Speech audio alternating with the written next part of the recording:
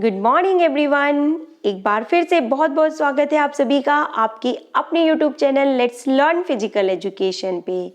Yes friends, अगर आपने BPEd और एमपीएड करके गवर्नमेंट जॉब हासिल करने का सपना देखा है तो उसे सच में बदलने का इससे अच्छा मौका आपको नहीं मिलेगा, क्योंकि यूपी में इन दिनों आई हुई है टीजीटी एवं पीजीटी की वैकेंसीज, जिसमें फिजिकल एजुकेशन की पोस्ट भी शामिल है।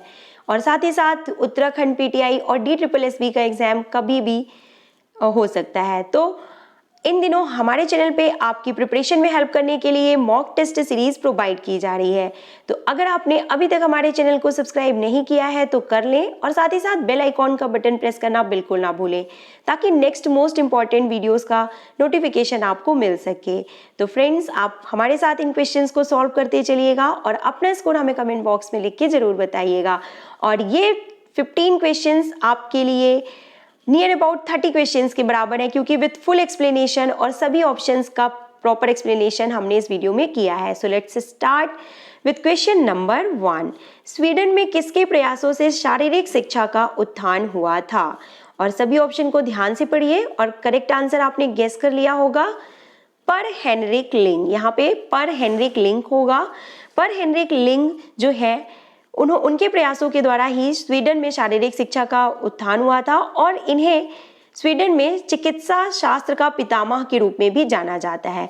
और साथ ही साथ इनसे जो रिलेटेड क्वेश्चन पूछा जाता है एग्जाम में, वो हम आपको बता देते हैं कि 1939 में स्टॉकहोम में पर हेनरिक लिंग की वर्षगांठ मनाई गई थी, जिसे लिंगयार्ड नाम दिया गया था। जी हाँ दोस्तों, लिंगयार्ड नाम से क्वेश्चन एग्जाम में जरूर पूछा जाता है।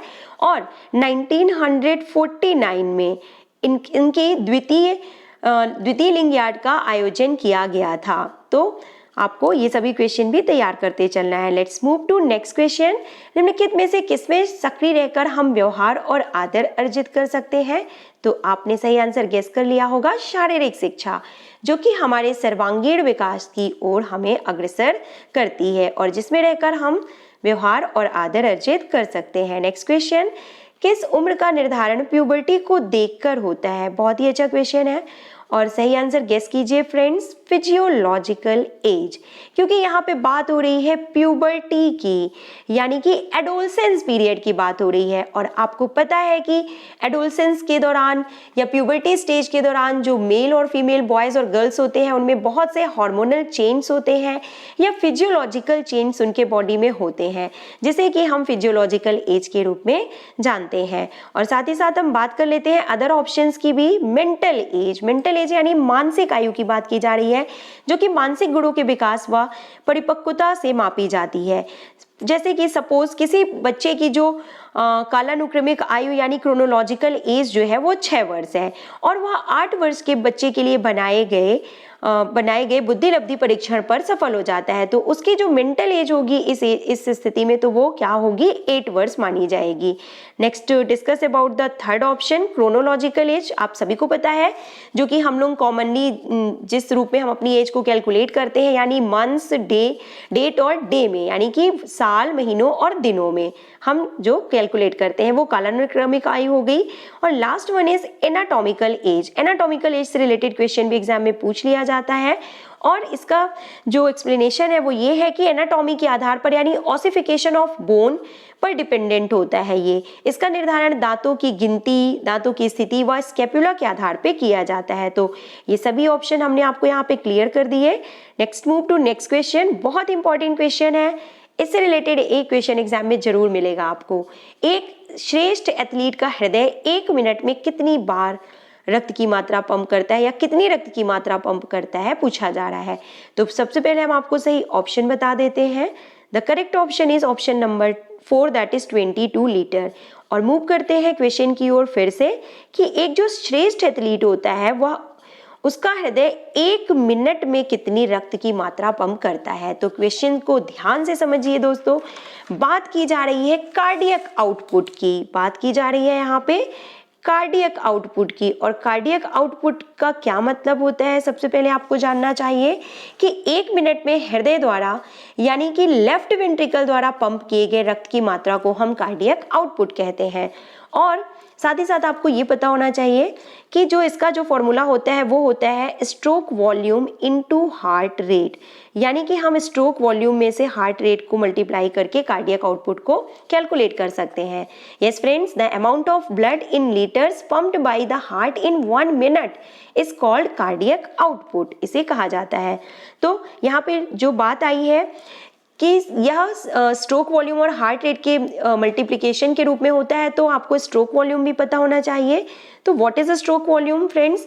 बाएं नीले यानी कि लेफ्ट वेंट्रिकल द्वारा प्रत्येक धड़कन या आप कह सकते हैं पर बीट या प्रत्येक संकुचन या कॉन्ट्रैक्शन होने पर जितना ब्लड एओर्टा के थ्रू शरीर के अन्य भागों में पहुंचता है उसे हम स्ट्रोक वॉल्यूम कहते हैं। तो क्या डिफरेंस है कार्डियक आउटपुट और स्ट्रोक वॉल्यूम में?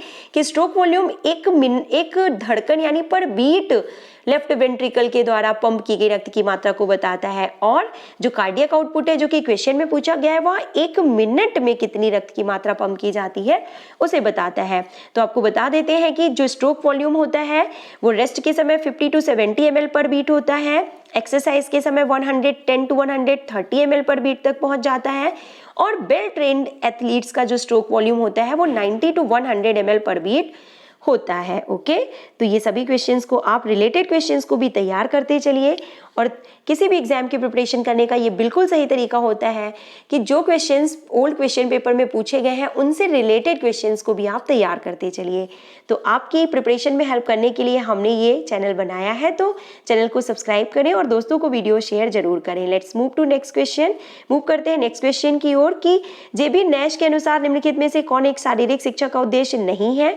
तो सोशल डेवलपमेंट, क्योंकि इसके अलावा जो भी ऑप्शंस दिए गए हैं organic development, neuromuscular development as well as emotional development जो है वो जेबी नैश जी के द्वारा दिए गए शारीरिक शिक्षा के उद्देश्यों में आते हैं या शामिल किए जाते हैं। नेक्स्ट क्वेश्चन, प्रयोगवाद को और किस नाम से जाना जाता है? और बात हो रही है यहाँ पे प्रयोगवाद यानी कि व्यवहारवाद, प्रेग्मेटिज्म, उपयोगितावाद या प्रयोजनवाद के रूप में भी इसे जाना जाता है, और जिसके प्रणेता है जॉन डीवी, आपको पता है।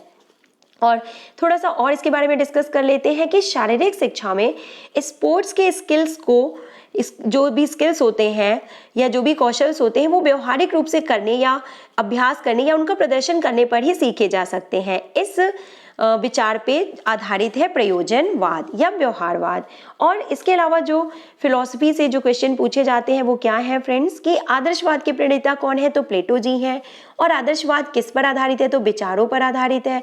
और शारीरिक शिक्षा की जो नींव है वो यूनानियों द्वारा सुंदर शरीर जैसे आदर्शों पर रखी गई थी। तो सत्यम शिवम सुंदरम की अवधारणा पर आधारित है आदर्शवाद। और उसके अलावा बात कर लेते हैं नेचुरलिज्म की, यानी कि प्रकृतिवाद, जिसके प्रणेता रूसो जी हैं, और उन्होंने बताया था कि प्रकृति ही सब कुछ है, प्रकृति के अनुसार ही हमें चलना चाहिए और हमें प्रकृति से ही हमें सीखना चाहिए। और यथार्थवाद की बात करते हैं रियलिज्म, जिसके प्रणेता अरस्तु जी हैं, और उनका मानना था कि स्वस्थ शरीर में ही स्वस्थ मस्तिष्क का निवास होता है। और लास्ट है क्षणभंगुरतावाद, बिल्कुल ना भूलें क्योंकि ये कई बार एग्जाम में पूछा जा चुका है। एक्सटेंशियलिज्म यानी क्षणभंगुरतावाद, जिसके प्रणेता किरकेगार्ड जी हैं, और यह जो है यह व्यक्तिवादी दर्शन शास्त्र यानी इंडिविजुअल फिलॉसफी को बताता है कि कोई भी जो पर्टिकुलर व्यक्ति है वो समाज में अपनी जगह तभी बना सकता है जब वह इसके लिए लगातार या निरंतर प्रयास करता रहता है, अपने स्किल्स को डेवलप करता है, अपनी पर्सनालिटी को डेवलप करना पड़ता है उसे, तभी वह समाज में अपनी जगह बना पाता है। तो ये इंडिविजुअल अवधारणा पर आधारित है। Let's move to next question. Olympic खेलों के 3 सिद्धांत कौन से हैं? And what is correct answer here? मित्रता, आदर और उत्कृष्टता। जी हाँ दोस्तों, यहाँ पे बात हो रही है ओलंपिक खेलों की। ओलंपिक खेल यानी कि एक भव्य आयोजन होता है जिसमें बहुत से देशों के एथलीट्स आते हैं, पार्टिसिपेट करते हैं, और वो दर्शाते हैं आपस में मित्रता, एक दूसरे के लिए सम्मान और उत्कृष्टता, यानी कि जो भी उत्कृष्ट खिलाड़ी होता है वो उसमें अवार्ड उसको दिया जाता है, और ये उसके जीवन सफल होने जैसा होता है। एक खिलाड़ी के लिए जीवन सफल होने जैसा होता है ओलंपिक में अवार्ड पाना। तो let's move to next question. Para Olympic खेलों के 4 सिद्धांत कौन कौन से हैं? तो बात की गई है पैरा ओलंपिक की। And what is correct answer here? दृढ़ता, प्रेरणा स्रोत, साहस और समानता।